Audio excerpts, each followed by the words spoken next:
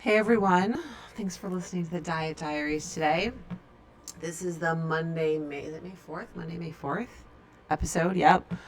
I love May. May is my favorite month of the year. Spring is my favorite season. Yes, I am fortunate enough not to suffer from allergies. I apologize to all of you who are not as fortunate as I am. I love May. I just think May is like the perfect month. It's like we're really in spring. The cold bullshit is over. But it's like before summer. It's like the end of the school year, but not quite. I don't know. I just love it. I just like my favorite month of the year. So anyway, even though I'm recording this on Monday, April 27th. So I wanted to talk about something today.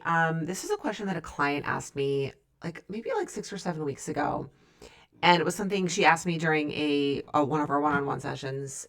And I made a note of it afterwards to create some content around it. And I just hadn't gotten around to doing it for social media. And as I always say, it's a lot easier for me to come on here and talk about something than it is to write a 2,200 word post or a 3-minute reel when you have less words and less space. It's a lot harder to communicate, although equally as important, right? Because sometimes having things really succinct and really tight is very helpful. Here was her question. Can I eat bread and still lose weight? And I know that there are so many of you out there thinking this, maybe not about bread, but about pasta, about desserts. Truthfully, I had a conversation with another client last week, and she said to me, she loves eating dessert. And she's very clear about what desserts she likes and what desserts she don't, but what desserts she doesn't. But she said to me, she's like, in my head, there's a story, there's a belief that if I eat dessert, I can't lose weight. And we've been working together for 6, 7 weeks. She hadn't yet articulated that to me. And so that came out through a conversation that we were having and some kind of really strategic questions I was asking her. And that led us into a whole conversation that led to her saying, oh my God, I just had an epiphany for the first time ever, like a total reframe on something around dessert, which I'm going to probably save for another podcast conversation. But all this to say that here are two separate clients, two different life stages. One woman was in her late 40s, early 50s, and other client is in her mid 60s. So women who have been at this, meaning at this, how do I feel happy in my body? How do I lose weight? How do I stop starving myself? How do I figure out how to eat without following a diet stuff for decades, right? And also knowing that it's never too late. And both were asking questions around, how do I eat this thing and lose weight? Or I don't know how to eat this thing and lose weight. Or I don't believe I can eat this thing and still lose weight. Because that's what we've been told, right? We've been told that our entire lives. It makes perfect sense why you think that, right? So your food might be bread. It might be dessert. It might be pasta. It might be bagels. It might be muffins. It might be candy. Whatever it is, I can tell you it's not going to be vegetables. I can tell you it's not going to be grilled chicken. I can tell you it's not going to be tuna fish. I can tell you it's not going to be like a protein shake, right? It's going to be a food that you've been told is bad, that you have felt out of control around, that's likely going to be carb or not carb or sugar based, because sugar is a carb, but some type of food that is you have typically struggled around. And so what I wanted to talk through today is 1,000% yes, you can eat any food and lose weight. Because there is no single food that prevents you from losing weight. There are foods that might feel harder for you to eat, that you might eat a lot of, and therefore you believe that's like a correlation causation thing. That's a correlation thing, not a causation. If there are foods that you feel out of control around, or foods that you tend to overeat a lot, those foods could play a role in weight gain, why you can't lose weight, etc. But that's a correlation, right? That's not necessarily a causation, because it's not the food itself that's causing that. It's the behavior around the food. And what's the amazing thing about behaviors? They can always be changed. They are not permanent. They are not fixed. And that's why everything I do in coaching is grounded in the science and psychology of behavior change. So if we talk about this from just a straight up kind of scientific clinical standpoint in terms of calories, and I know sometimes people get a little flustered when I talk about calories. Calories are units of energy. That is what they are, right? Humans cannot exist without calories. That's where we get the energy for our bodies to do what they need to do comes from food. We have to eat. Humans have to eat. And calories are energy, right? That's how your brain gets energy to function. It's how your cells get energy to, or how your cells get energy to then create energy that they need internally to do all the things that they do, literally for your heart to beat and your brain to function and for your lungs to move, to take in oxygen and exhale carbon dioxide. And so bread, cake, candy, all these things are a source of calories. Now, along with calories comes nutrition, right? You can get calories in the form of protein. You can get calories in the form of carbs. You can get calories in the form of fat. Your body will respond differently to different forms of calories, right? Some forms of calories are going to fill you up and kind of curb food noise and curb cravings. And some forms of calories are going to leave you really hungry and jack up the food noise. And that's where things get interesting, right? Because if you take 150 calories worth of bread, and you take 150 calories worth of kale, they're going to fill you up differently. First of all, you're going to get a lot more volume of kale. You're going to get like probably, who even knows, like 5 cups of kale, more than you could probably even eat. Nobody even wants to eat 150 calories worth of kale. This is simply for mathematical science explanation. This is not a suggestion. Let me be clear that you should be replacing bread with kale. Okay, I think you guys know me better than that by now. You'd probably have to eat like 5 cups of kale to get 150 calories worth of kale. If you could even do that, you'd be so full and you'd have so much fiber in you, you couldn't eat like anything else, right? 150 calories worth of bread isn't 1 to 2 slices of bread. It's a much smaller amount of food in terms of volume. And depending on the type of bread, it could have a little bit of fiber, but probably not a lot. There's actually a lot of wiggle room there depending on the type of bread, but nowhere in the neighborhood of, let's say, how much fiber would be in the kale. So your body's going to respond to that differently. You're going to feel a lot more full from eating 5 cups of kale than eating 1 slice of bread. From the volume standpoint, meaning how much food it is and therefore how much space it takes up in your stomach, and also what's in that food and how your body responds to it. So this is just kind of an example of how we have to overlap calories with what they're made up of, with the nutrition that comes along with them. Very often, what happens that makes people think that, oh, bread makes me gain weight, is because we're using bread, and this is so in line with so much of what I've been talking about around sugar foods.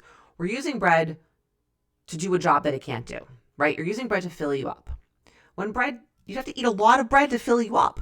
That's why you tend to overeat it. And if you are overeating bread, yes, it is going to play a role in a struggle to lose weight, or it's going to potentially cause you to gain weight. I mean, you'd have to really be eating like a lot of bread for bread alone to be making you gain weight. But really, let's focus on the context of, can I eat bread and lose weight?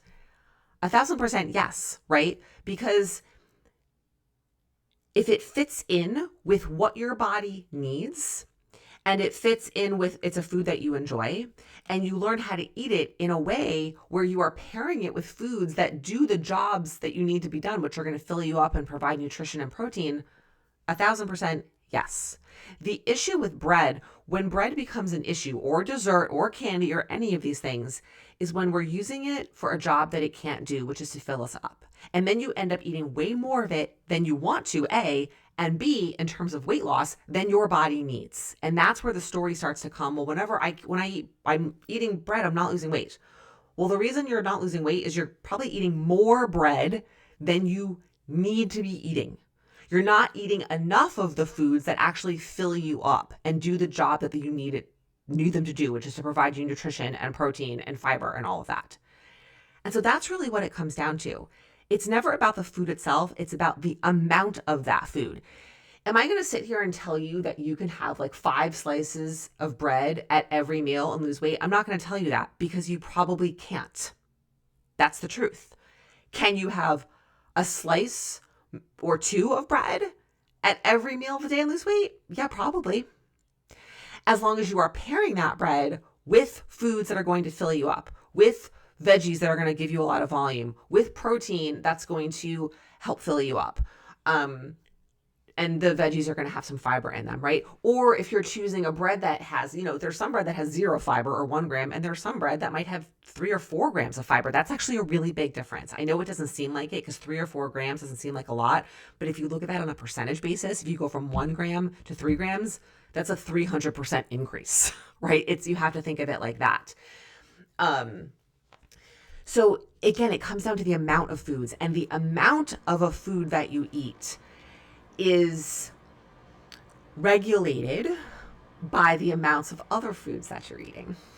And also your ability to kind of be checking in, your ability to know what job you're choosing, you're assigning to that food, and what other foods you're pairing with that food, right? So let's kind of run this through. So let's say that you're thinking about having toast for breakfast. 2 slices of toast with butter. Okay, so you have your 2 slices of toast. Let's say it's sourdough. I don't know. It could be probably depending on the thickness. There's a lot of variability here. Let's say each slice of bread is probably around 150 calories. So you have 2 slices, 300 calories with some butter. It's going to be at least another 100 calories, 400 calories. Okay, fine. Because that's all you've had for breakfast, which is it's not a large volume of food, meaning that bread's not going to take up a ton of space in your stomach, and you're not having anything with it that has any fiber or protein, you're probably going to be hungry a couple of hours later, right? This is subjective. Everyone's different, but I'm speaking personally. I'm speaking for the 100+ women that I've coached, and most of them, not all of them, will find is that with a breakfast like this, they'll be hungry in 2 to 3 hours, and then they need to eat again. So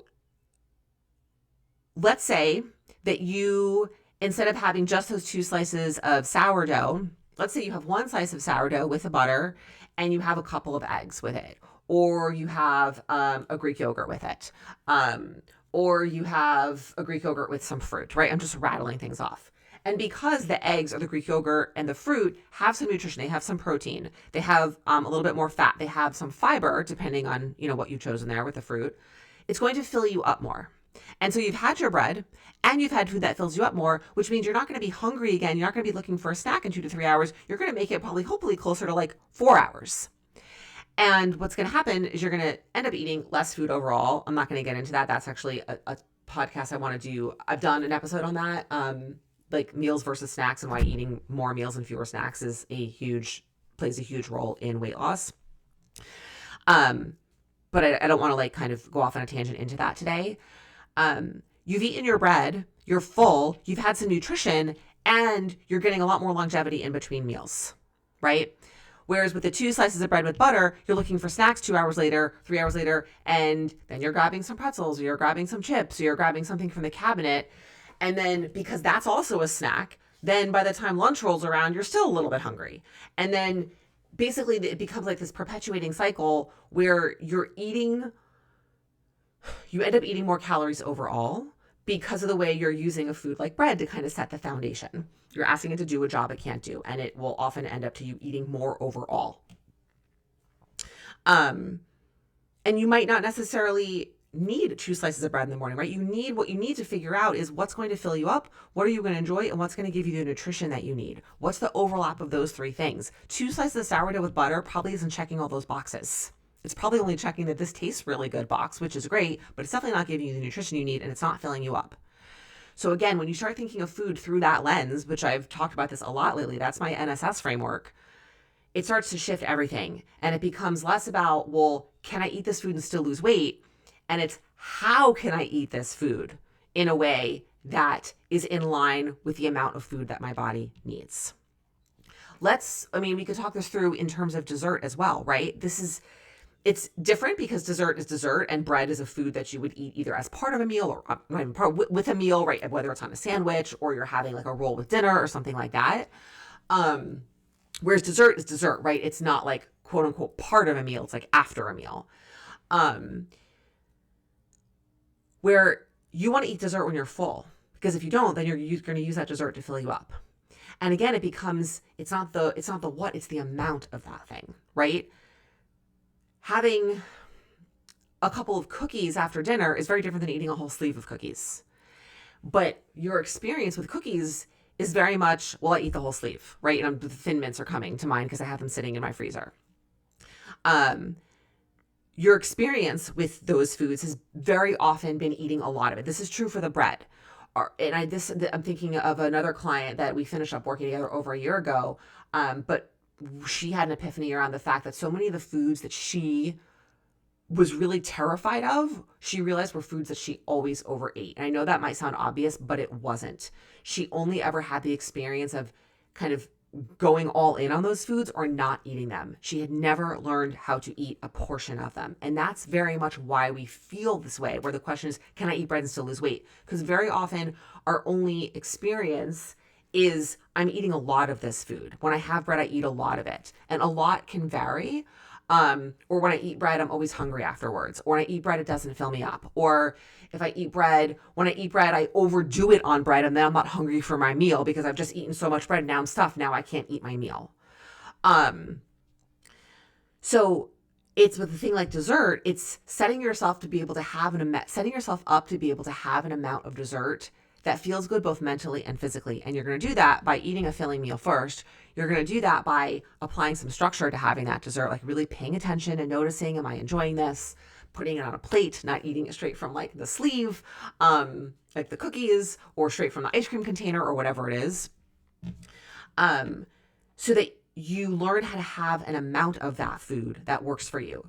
Because if you tell yourself, in order to lose weight, I'm not going to eat bread, or I'm not going to have dessert, or I'm not going to have pasta, and you truly love and enjoy that food, it's like a ticking time bomb, right? You will only be able to go so long until you miss that food so much, and then you try to eat it again, and you will typically what happens is then you overeat it because you don't have the skills to be able to eat it in a way that feels good. So what this really comes back to is developing the skill set to be able to eat any and every food that you want to be able to eat in a way that lines up with how you want to feel physically and mentally, and which is basically with your values, right? And if you are someone who wants to lose weight, for a variety of different reasons, again, I'm not going to go down that path. This is a non-negotiable skill. And this idea of it's not the food itself, it's the amount of that food that is causing the issue, and realizing that you are only accustomed to eating probably a large amount of this food that's in question for you because you don't have skills around it, because you were never taught them, and because the way you've labeled the foods, because of how you were taught to label them. It's all of these different experiences over the course of your life that's put you in a place where you either overeat this food, or I'm going to say undereat it, meaning you restrict it and you don't allow yourself to eat it. And then that's what starts to create the question of, can I eat this food and still lose weight? Because your only lived experience is eating more of it than you want to eat. And truthfully, you probably also have the experience of when you don't eat that, you might have lost weight, right? If you've cut out bread, if you've cut out carbs, you've cut out dessert, you've cut out pasta, you might have lost weight as a result because you've decreased your overall caloric intake. But the thing is, you haven't been able to maintain that long term, right? You've always ended up back eating that thing. And when you end up back eating that thing, you end up back eating not one portion of it, you end up back eating it, overeating it, eating too much. And so then that's where the belief comes of, oh, it must be this food. It must be the food that's the issue. And we don't realize that it's not the food, it's the amount. And that's why I mentioned that kind of aha moment that my client from a year ago had. It was like, she was like, oh my God. She was like, if I could learn how to have a pastry, just a pastry, everything would be different. And it was. Right? It was different. And that was something we worked on, and it was really transformative for her. So again, it's not the food, it's the amount. And so if you're someone who has struggled with this, what I want you to be thinking about is, when you have your food in question, whatever it is for you, when you have it, how much of it do you typically have? Historically, right? Are you typically eating a large amount of it most of the time, or restricting it, right? And if you've tried to have certain portions of it, what approaches have you used for that, right? Has it been really rule-based? I talked about this in was it last week's episode? No, I talked about it in the Trigger Food AMA. Like, was it rule-based or was it structure-based? Because they're not the same thing. Rules is like, you can have 3 bites of this, or you can have this on a Saturday. Structure-based is paying attention and noticing, like, how am I feeling when I'm eating this? Am I still enjoying this? I've had 2. Like, does the cookie that I just have taste as good as the first one? Am I sitting down at a table? Am I putting this on a napkin? Right, that's structure. Structure and rules are not the same thing. Structure allows for feedback. It allows for checking in. Rules are like, I'm following this and I'm doing this and I'm not paying any attention to what's going on. I'm just following what the rule says. So anyway, I digressed a little bit, but I think this is such an important topic, and it's so interesting as I'm talking it through. You hear me mentioning a lot of skills that I've been talking about recently, both on the podcast and in social media and in my emails and all of my content, because it all overlaps, it all interweaves. And it really keeps coming back to these core skills around jobs of foods, around the NSS framework, because those are the skills that are really going to help set you up to be able to eat the foods you want in an amount that works. And again, that circles you back around to, can I eat this food and lose weight? 1,000% yes. 1,000% yes. But you have to eat it in an amount that works. And the way that you do that is with the skills that I just talked through. So that's what we got. I'll be back next week, of course. And thank you guys for listening, and I'll see you soon.